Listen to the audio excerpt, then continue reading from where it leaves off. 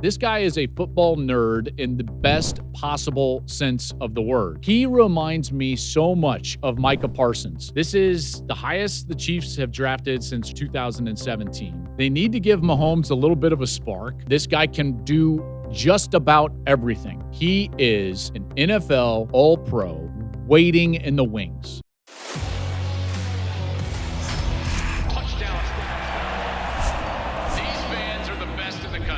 A day like today is why we love college football.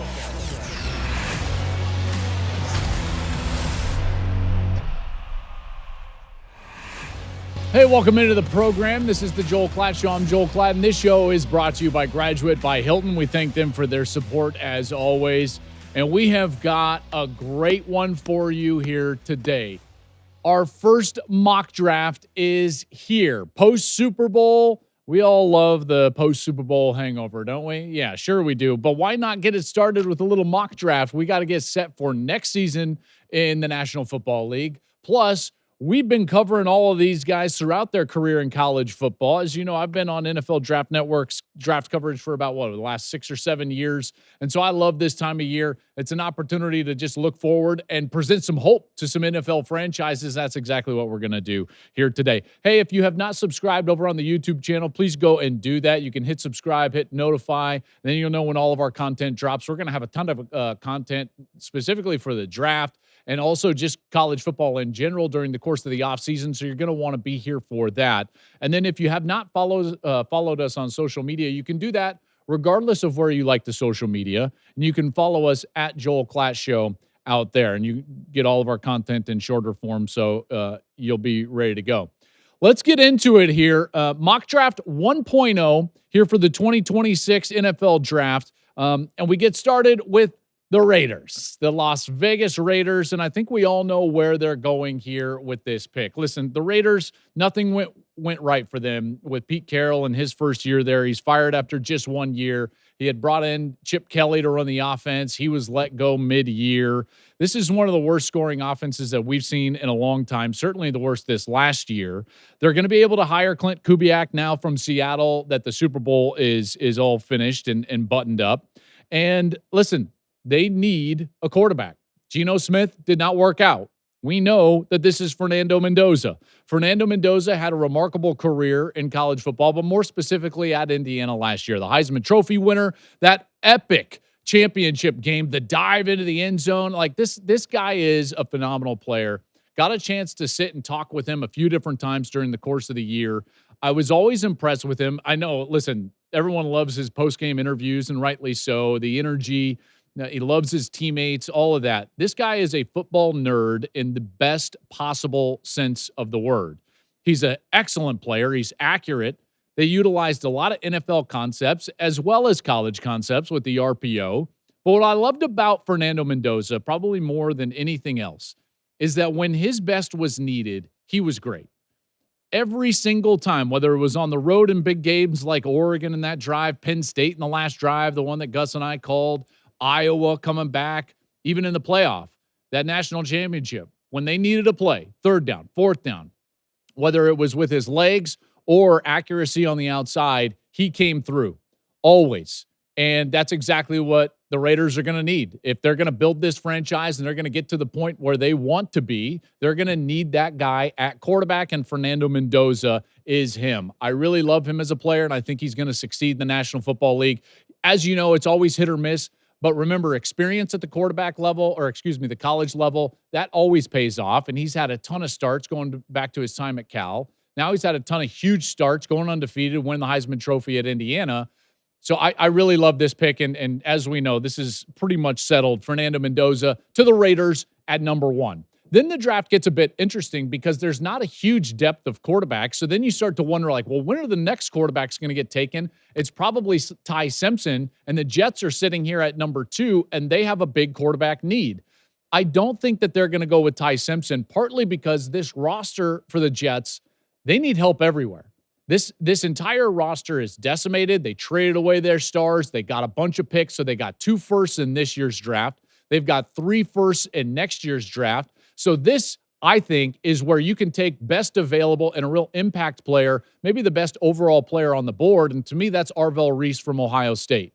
He's a versatile defender, and that's what you can use at that level. He can be on the ball, rushing the quarterback. He can be off the ball. Now, I think he's best on the ball. He's so explosive. He's flexible. He can bend. He can move. All of those things are going to pay off huge for him. He's 6'4", 243 pounds, and he moves so well. He reminds me so much of Micah Parsons, a guy that at the college level flashed some of that pass rushing, but at the NFL level probably will major in that pass rushing ability, in particular off the edge. Reese can blitz in the middle. He's a great tackler. He's very smart, and he was running an NFL defense with Matt Patricia at Ohio State. I really love that pick for the Jets. Again, they can continue to build that roster. They can fix the quarterback probably next year when there's going to be a lot more quarterbacks. It'll be a deeper quarterback draft, and they've got those 3 first-round picks. So here at number 2, I like them going with Arvell Reese. Reese is a tremendous player, man. He's going to be a star at the NFL level. Number 3 with the Cardinals. New head coach Mike LaFleur, he's coming in and got to figure out what's going on at quarterback with Kyler Murray. But really, to me, it's not necessarily just about Murray. It's also about the fact that they've got to fix the offensive line. They were in the bottom 5 in the league in both sacks allowed and rushing. And so now it's time to give that offensive line a big boost. For me, the best offensive lineman in the draft is Francis Mauigoa from Miami. So that's my pick here. He's my top lineman. He didn't just dominate lesser opponents. He was phenomenal during the course of the playoff.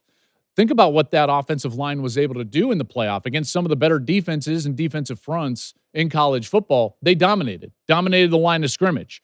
He only gave up 1 quarterback hit the entire playoff. He had 1,600 pass blocking snaps in 3 years and only allowed 8 quarterback hits. I think he's the guy. I think Arizona would be better if Francis Mauigoa was in front of, at least next year, I think it'll be Kyler Murray, but whoever they have at quarterback. At number 4 with the Titans, listen, I'm a big believer that you've got to try to give your young quarterback, in this case, Cam Ward, some help.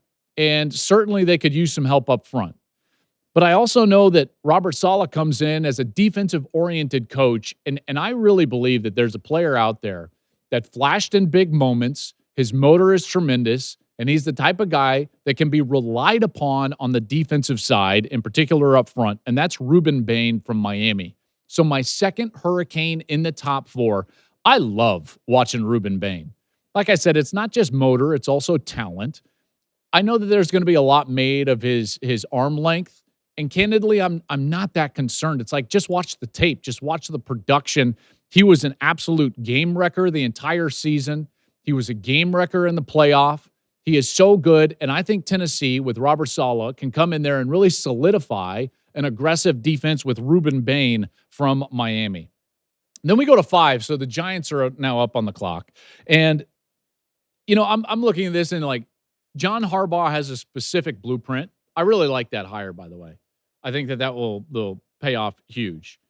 I know that they could solidify a lot of different places on their roster. However, I'm going to go vanity here, because you've got a young quarterback and you can give him some help. You've got Neighbors. He's coming off of that ACL. I like Jackson Dart in the way that he played, and I think he's best when he's pushing the ball down the field. There's no better deep threat, really all-around wide receiver. He's my number 1, but certainly in the 50-50 situation, in the contested catch situation, nobody was better than Carnell Tate. So Tate is my pick here at number 5. Carnell Tate is so good. Now, largely overshadowed because of the other guy at Ohio State, Jeremiah Smith. But if you just watch what he was able to do this last year, he was incredible down the field. Julian Sand had 2 of the best wide receivers in all of college football, but Tate constantly gets himself open, creates space. He's sure with his hands. And then, like I said, in that contested catch range, when he's got to go body to body and come down with the football, he's excellent. Absolutely excellent. So I love Tate going to the Giants, and I think that offense could be really dangerous. Again, you pair him with Neighbors. Now Dart has 2 guys that he can rely on the outside, and that offense all of a sudden becomes very scary. So Carnell Tate to the Giants there at 5. The Browns, offense needs some talent. They're the second worst scoring offense in the league. They struggled to throw it. They struggled to run it. They're bottom 5 in both yards per pass and yards per carry. So you can probably get better with a good offensive lineman. I think that there's going to be several offensive linemen, potentially even taken in the top 10, but certainly in the top 15 and 20. And Spencer Fano from Utah fits that bill. Now, I've got Maui Noah as my top offensive lineman, but Spencer Fano is a heck of a player. He might be the top offensive lineman in the draft. He played both right tackle and left tackle in his career. So the Browns could slot him on either side. They could have an initial need at right tackle if Jack Conklin leaves in free agency, so that could be a fit for them. And again, just getting better in front of potentially Shedeur Sanders, you give him some protection and maybe he can flourish a little bit and take the next step in his career. Like I said, offensive help all over the board. You can do that with solid offensive line, and Spencer Fano is my pick there at 6 to the Browns. Now the Commanders. Washington gave up the most yards in the league last season. Jaden Daniels hopefully will be back and healthy, and hopefully he can avoid injury. Got derailed with that elbow injury. I think that the offense is going to be better just because of that and the health. So now you look up and you're like, okay, we can solidify that defense, which was very poor. I like Mansour Delane from LSU. He's my top corner. The Commanders can grab the top corner right here at 7. And like I said, their pass defense was nowhere near what it needed to be. Delane's my top corner, and this is a perfect spot right there at Washington. So I've got Mansour Delane from LSU going to the Commanders at 7. At 8, the Saints check in. This is an interesting pick because the Saints look to, I think, build around potentially Tyler Shuck. He started the second half of the season. I thought he showed some flashes. Considering Jeremiah Love here, but I opted to go with Mekhi Lemon. Mekhi Lemon from USC is an outstanding receiver, and on some people's board, he might even be wide receiver number 1. I went with Tate because of his downfield ability. But when you look at Lemon, the way that he operates in space, in particular over the middle of the field, he's got exceptional feel for the game. That showed up on tape time and time again in that USC offense. And you know, with their air raid principles, one of the foundational rules that they use for a wide receiver is that you've got to attack the grass. And so it's not always the rigidity of a route structure as much as it is the feel of space, the feel of zone coverage, the feel of man coverage and leverage. And he does that very well.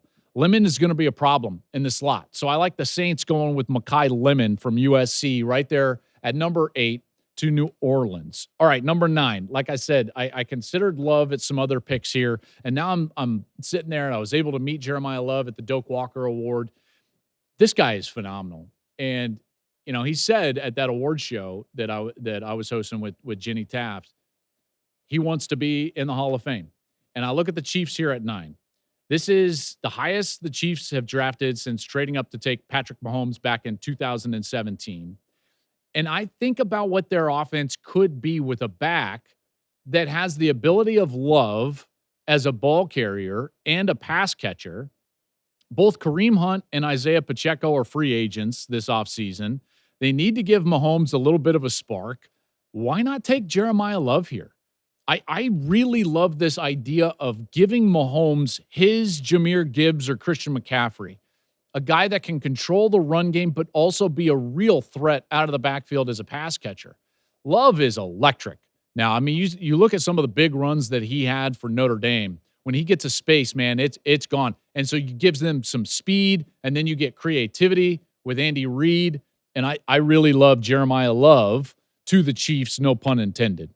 Now we go to Cincinnati at 10. So Cincinnati would be ecstatic if things played out this way because they could get some help on the defensive side. At number 10, if they looked up and saw David Bailey from Texas Tech, I think that they would jump at that pick. It looks like Trey Hendrickson, his contract saga is finally coming to an end this offseason. Not able to agree on a long-term free agent deal. So there's a big hole to fill there. And I really love David Bailey. He was terrific at Texas Tech. The Bengals were one of the worst defenses in the league this past season. This starts the process of fixing that. Now, I think a lot of people would look at offensive line, and I totally understand that. I really do. And if they went offensive line, I would understand that in front of Joe Burrow because they need to protect him better, obviously. he's their franchise, and you want to keep him in Cincinnati, and you could keep him there if you started protecting him better. But you could also solidify that defense and become a defense that then maybe Joe Burrow doesn't have to be Superman all the time. So David Bailey from Texas Tech to Cincinnati at 10. Then it brings up the Dolphins. They're the 11th pick. Dolphins have a new head coach, Jeff Hafley. Good luck to Jeff Hafley. Jeff is a friend of mine. He was a defensive coordinator at Ohio State in, 2019, his first year at Ohio State. And I tell you, that was a great defense. And we had so many great conversations just about the philosophy of football, the philosophy of defense. I can't wait for this opportunity for him. I think he's going to do a terrific job. Last year, Miami allowed a completion percentage of 72%. That's the third worst ever. McCoy's injury Jermod McCoy is my pick here. So Jermod McCoy, he had an injury. I think he would have been the first corner taken if he wouldn't have torn up his ACL. It was 13 months ago, last January. He's going to be healthy. When he's on the field, he's outstanding. And one thing I know about Jeff Hafley, in particular that year in 2019, he looked at his defense. He had 3 really good corners at Ohio State and built a defense around great cover corners. So he I think, would really appreciate having a guy like McCoy. So I like Jermod McCoy here to the Dolphins. Again, that 72% has got to get better. They've got to improve in their pass defense. Then a pick that everybody always looks at, the Dallas Cowboys. They were a disaster on defense. If only they could have had, like, the best defender in the league that could, like, rush the passer. I mean, those guys don't come along all that often, and they let them walk right out the door. They gave up the most points in the league. They've got to get better on that side. Okay. Caleb Downs, in my estimation, is the safest pick in the draft. He is an NFL All-Pro waiting in the wings. He is the smartest defender that I've ever covered in college football. This guy can do just about everything. We called him the Swiss Army knife. They built the defense around him. He is incredible in the middle of the field. He can blitz and rush the passer. He's excellent in the run fit. He covers well in the slot. He understands leverage. And like I said, he cares deeply about the way he plays, not only, but also the schematics around him. He understands those schematics. He's fast to the football, recognizes everything very quick. He's the best and most cerebral defensive player in college football that I've ever covered. And I think Dallas takes Caleb Downs right here. I think it would be their best pick in a long, long time. It would be the first safety taken in the top 15 since Kyle Hamilton. But this is justified. In fact, I think Downs should get selected higher than this, but the positional aspect of the value probably lands him here around 12 to the Dallas Cowboys. All right, now 13. This one is the Rams from Atlanta.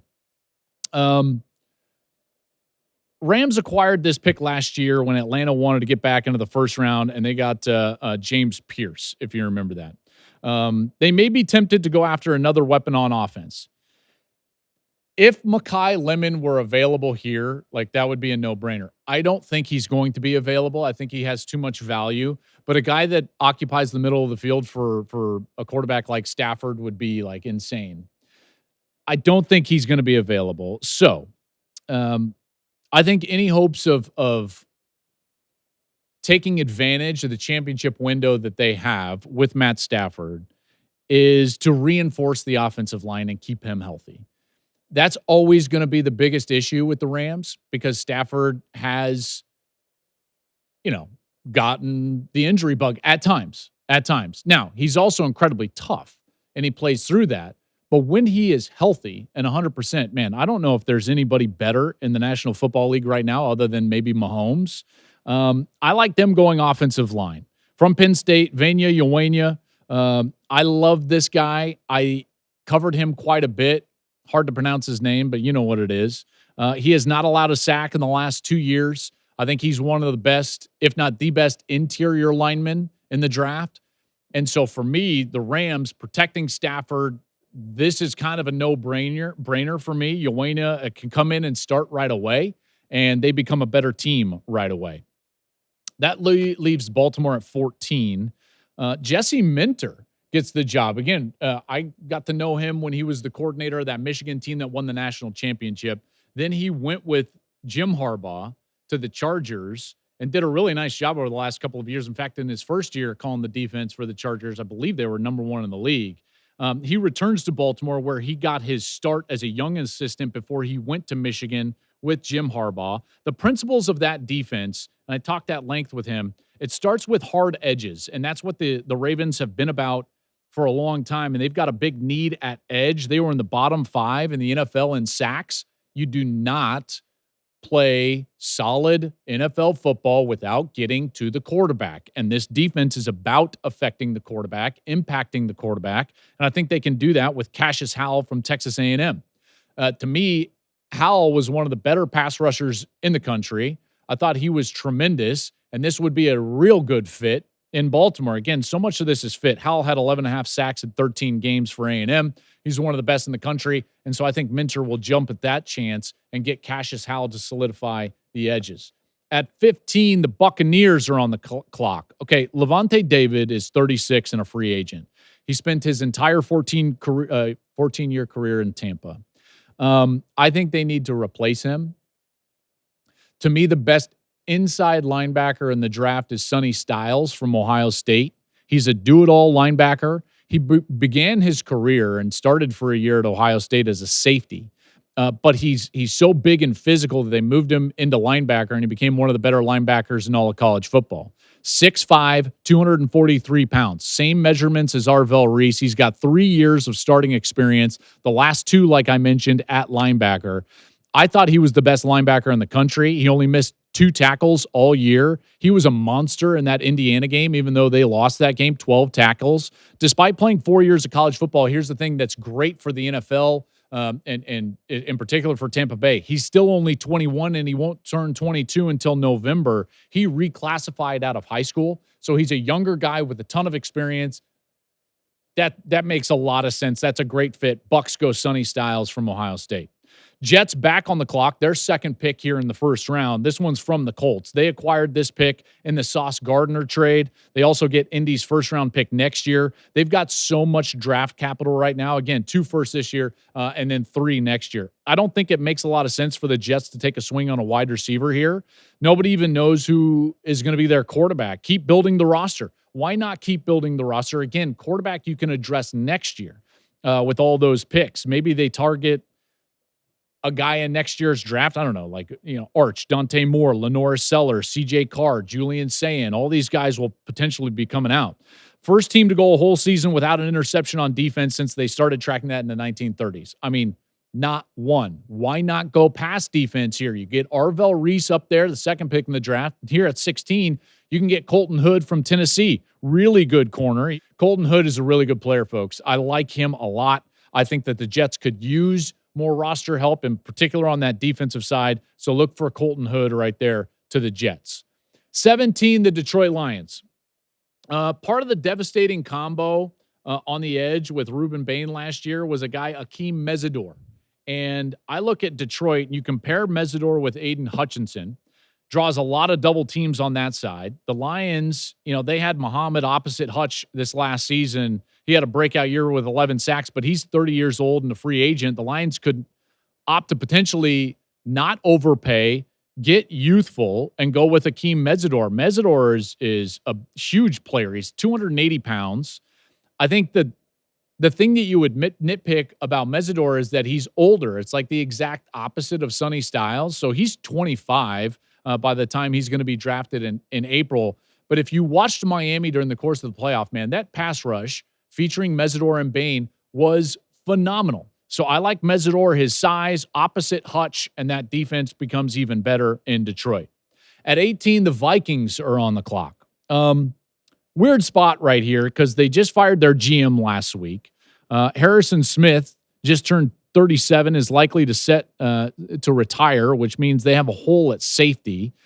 I like them going safety here. Emmanuel McNeil Warren from Toledo is a guy that is a small school guy, probably the best small school guy that we have in college football. In the MAC, he was a playmaker in the secondary, 9 forced fumbles, 5 interceptions in his career. He can follow in the footsteps of a former teammate, Quinyon Mitchell. The Eagles took in the first round, now is a Super Bowl champ and a first-team All-Pro in just 2 seasons in the league. He can strengthen a Vikings defense that was top 10 last year and continue to get better on that side. Then maybe there's not as much pressure on J.J. McCarthy, even though he clearly needs to improve. There's no doubt moving forward next year. So Emmanuel McNeil-Warren from Toledo there at 18. At 19, the Panthers are on the clock. They took a nice step forward this past year. They won the NFC South, albeit with an 8-9 record. But listen, that is what it is. They lost their starting left tackle, Iquanu, to a ruptured patellar tendon in the playoff loss to the Rams, and he will likely miss the entirety of next season. So how about Caden Proctor, the offensive tackle from Alabama? Proctor is massive, 6'7", 366 pounds. He was a 5-star out of high school, starred from day one in Tuscaloosa, and now he can protect former Bama quarterback Bryce Young. So look for Caden Proctor there. I like that the Panthers would look towards the offensive line. Like I said, it's pretty deep offensive line draft, in particular up top here in the first round. So look for them to solidify that offensive line. Cowboys from Green Bay here at 20. So their second pick of the first round. Micah Parsons trade here. So this is that draft.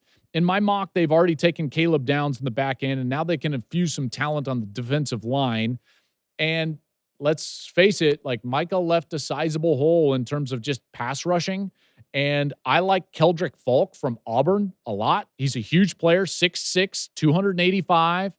He can help in multiple spots. He's versatile. He's explosive. He can get the job done. And again, they've got to fill that pass rushing hole that was left by the exit of Micah Parsons. And now you get Keldrick Falk from Auburn. You get Caleb Downs.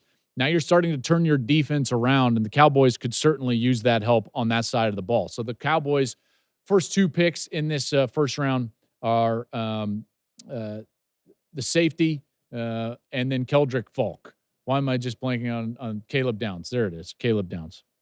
A lot of picks, a lot of names, folks. 21, the Steelers. Last year we wondered if they would pick a QB early on, and they didn't. They did take Will Howard in the 6th round. I'm wondering what their evaluation of Will Howard would be. This to me, I know this, it's not an organization that you would think would be jump at a quarterback. But right here, like, we haven't even had a second quarterback taken. And I really like Ty Simpson from Alabama. I'm higher on Simpson than most. You could make an argument that someone's going to trade up before 21 and get Ty Simpson. This guy makes all the throws. I know he's not a huge player. Like, he's not big from a stature standpoint. But if you turn on the tape and you watch some of the throws he makes, they are NFL throws. Anticipatory throws. He throws with great leverage on the outside. He's accurate. Now, I know Indiana got after them, but I like Simpson a lot. He was phenomenal for big stretches and was really the reason why they were able to go down there and beat Georgia, even though they didn't play well offensively down the stretch. Mike McCarthy comes in. We don't know yet about Aaron Rodgers, what he will do, if he's going to come back or not. Either way, I think Simpson could be the future for the Pittsburgh Steelers, and I like that pick right there at 21. 22, the Chargers. So Jesse Minter leaves. He goes to Baltimore, but Harbaugh kept it in the family for his replacement. So their new defensive coordinator is Chris O'Leary. His first coaching job was at GA at Georgia State under then defensive coordinator Jesse Minter. So this is all in the family schematically. They're going to be doing the same type of things.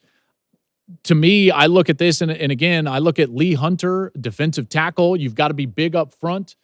So they talk about in that scheme and this defense, build a run wall, create hard edges, and then get guys that are hybrid that can run and cover on the back end. Lee Hunter fits that bill. He's very good in the interior. Big winner at the Senior Bowl last week after being an All-American. He's 6'4", 330 pounds. That's exactly what the Chargers would be looking at. I think he would help them in the interior of their defense. And again, schematic fit, philosophical fit, all of that. I like Lee Hunter right there to the Chargers. At 23, the Eagles. Dallas Goedert is a free agent.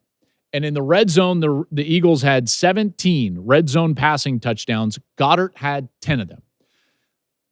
I'm a huge proponent of having a great tight end in the red zone. The best tight end in this draft, if you're worried about Goedert and his future, is Kenyon Sadiq from Oregon. I like that pick. I like that pick. Even with some of the targets that they've got on the outside, again, 17 red zone passing touchdowns, 10 of those go to the tight end, and you can get cheaper and maybe even more athletic with Kenyon Sadiq. This guy is outstanding. He can be paired with Grant Calcaterra, but he's also a free agent. Sadiq is a great pass-catching tight end, but he will also work hard in the run game, and that fits the bill for Philly because now you can get somebody in the run game that's going to be a war daddy up front and help Saquon in the run game and Jalen Hurts in the run game, but also give Hurts a target, in particular in the red zone, that is an athletic mismatch against safeties and linebackers.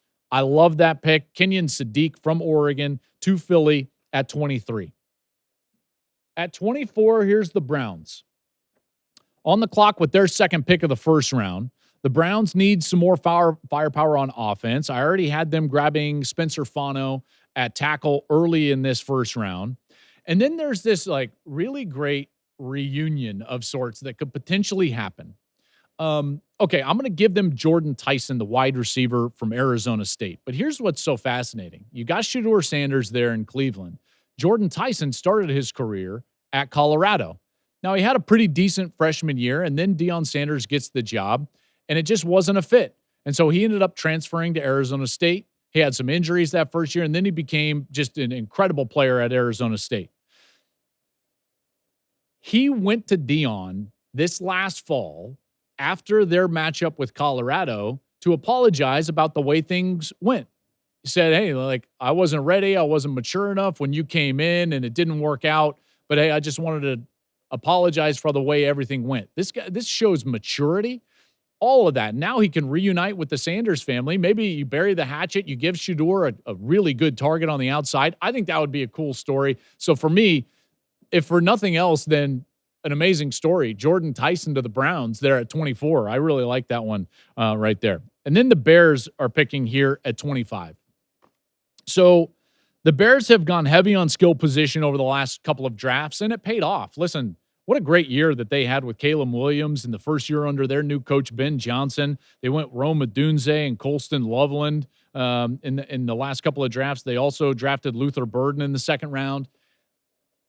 I look at this and I'm like, okay, well, what do they need? They need help on the defensive side. You can't rely on all the turnovers they had and created on the defensive side. You've got to get better against the run. They allowed 5 yards per carry last year on the defensive side. That was 29th in the NFL, and you can get better in the interior. I like Caden McDonald from Ohio State. He was terrific on the interior for Ohio State, dominant in the middle of their line of scrimmage, allowed them to play all that odd defense, which means he was lined up as a zero technique right over the center. And he was a dominant force. He plays with great effort. He is strong, plays with solid leverage. And now the Bears can solidify what was a weakness after a year in which they had a tremendous year and went to the playoffs. Again, I think the offense is going to be just fine. Why not solidify what was clearly a weakness so McDonald can do that there for the Bears in the interior of their defensive line. At 26, Bills. They need to improve their run defense. They need to find more playmakers on the outside on offense. And I think that they need help at wide receiver. Josh Allen needs some help. In the press conference, the owner, Terry Pagula, basically blamed Sean McDermott for the Keon Coleman draft, which was pretty wild. He was their first-round pick 2 years ago. I don't think Coleman's going to be a Bill for much longer, not after the owner publicly criticizes that pick. So I think they're going to need some help on the outside. How about Denzel Boston from Washington? This guy is a tremendous player. Now, they went under the radar, Washington did, for large stretches of last season, but I'm just telling you, I studied a lot of tape before that Michigan game when they played Michigan. I was so impressed with Denzel Boston. Good body control, solid athleticism, and again, you give Josh Allen a really good target on the outside, and you can get younger, you can get better, and solidify that offense a little bit. Josh Allen can't do this alone, folks. He needs some help, and he can get that help with Denzel Boston from Washington. That brings up the 49ers at 27. Life after Trent Williams is coming sooner rather than later. And he said he's coming back next year, but he's going to be 38. I think that you need some depth. You always wonder about injuries creeping up. Obviously, they dealt with a ton of injuries on that team during the course of last season. They can get their successor right here. Caleb Lomu from Washington, second tackle out of Utah. From Utah, not Washington. Caleb Lomu from Utah. Second tackle from Utah going in the first round. He played left tackle at Utah, And I think that would be a solid pick for San Francisco, again, solidifying that offensive line and the future of that offensive line. So Caleb Lomu from Utah to the 49ers. Brings up 28, the Texans. Houston's defense is elite. They need to keep building on the offensive side of the ball, keep helping Stroud. The O-line was better this past season from a disaster in 24, but they can continue to improve up front. They took Ursary out of Minnesota in the second round last year, and he slotted into left tackle. Blake Miller, the tackle from Clemson, is a really good player. I know that Clemson disappointed from a team perspective, but there's a few players that are going to get in here at the end of the first round that are really solid guys, and Blake Miller is one of those. Started all 54 games in his 4-year career for Dabo. He played over 3,700 snaps, so he's a reliable guy, and you can give Stroud a little bit of help up front. Goes to 29, Rams, second pick of their first round. Rams have a few corners that are set to be free agents this offseason, so why not bring in an All-American corner? And here's another Clemson guy, Avion Terrell. Again, Clemson disappointed. That doesn't mean that some of their top-end guys aren't still elite guys, and Terrell is still one of those guys, and the Rams can get better, and in particular in a position where there's some murkiness as far as the future with all of these free agents on the outside. Terrell fits that mold. He would be my best corner available in this scenario, so Terrell to the Rams with their second pick in the first round. That brings up Denver at 30. So I think the Denver Broncos could use some reinforcements at linebacker. Alex Singleton and Justin Sternad are free agents. Last year's free agent signing, Dre Greenlaw, wasn't able to stay healthy. They only guaranteed last season's portion of his money. And so I look at a guy like C.J. Allen from Georgia. I think that could fit with Denver. It's a position of need. He's obviously a tremendous player, All-American Bucs finalist. He started 29 games over 3 years at Georgia. Really good player. And what we know from Georgia defenders is that they're going to come in and succeed in the National Football League, and Denver could use that on that side of the ball. Now, maybe they go offensive here and try to give Knicks a little bit of help, but after going to the AFC Championship game, they can further solidify that defense, which was very good, but then there were more moments when they didn't play as well. So, again, position of need, C.J. Allen to the Broncos. All right, after the Seahawks win in the Super Bowl, the Patriots will get the 31st pick. The Patriots could use some more firepower at wide receiver, but they also need help on the edge. I like that. You look at Vrabel and what this team could do. T.J. Parker from Clemson. I told you there'd be a little bit of a run on Clemson guys. This is my third Clemson player in the last 4 picks. I had Blake Miller from the offensive line going to the Texans. I had Avion Terrell to the Rams, and now T.J. Parker on the edge going to the New England Patriots. Again, Vrabel, edge, all of those things. Parker was considered a candidate to be a top 10 pick coming into the season. I mean, he disappointed a little bit. Maybe that's why Clemson didn't quite live up to the expectations of some of us who said they were going to win the national championship. Just 5 sacks after 11 as a sophomore. I think this could be an upside pick. Slides to the back end of the first round. Patriots take him there at 31. And then your Super Bowl champions, the Seahawks, their starting corners, Kobe Bryant and Josh Jobe, are both set to be free agents. Woolen is also in the secondary, likely going to lose at least one of 2 of those three guys. I like them going secondary. Brandon Cisse from South Carolina, really good player, an explosive athlete who Mike McDonald can refine. And again, that defense was in some ways historically good. Now they come off a Super Bowl championship. They've got to solidify the outside with some of that contract instability with those guys out there. And Cisse can do that. So Cisse is your last pick of the first round. He goes to the Seahawks. And that is mock draft number 1 here at the Joel Klatt Show. Listen, thank you for watching. As always, remember, we're going to continue to have great draft content during the course of this offseason. We will continue to have great college football content during the course of this offseason. So you're going to want to make sure that you subscribe to that YouTube channel, hit the notification button so you know when all of our content drops. And then, of course, follow us on social media at Joel Klatt Show. We'll be back with more content next Monday. Until then, enjoy the week, everybody. First week without football, man. This is kind of a bummer, but enjoy the mock 1.0. We'll be out with more of these during the course of the draft process. Enjoy your week, everybody. Thanks for watching.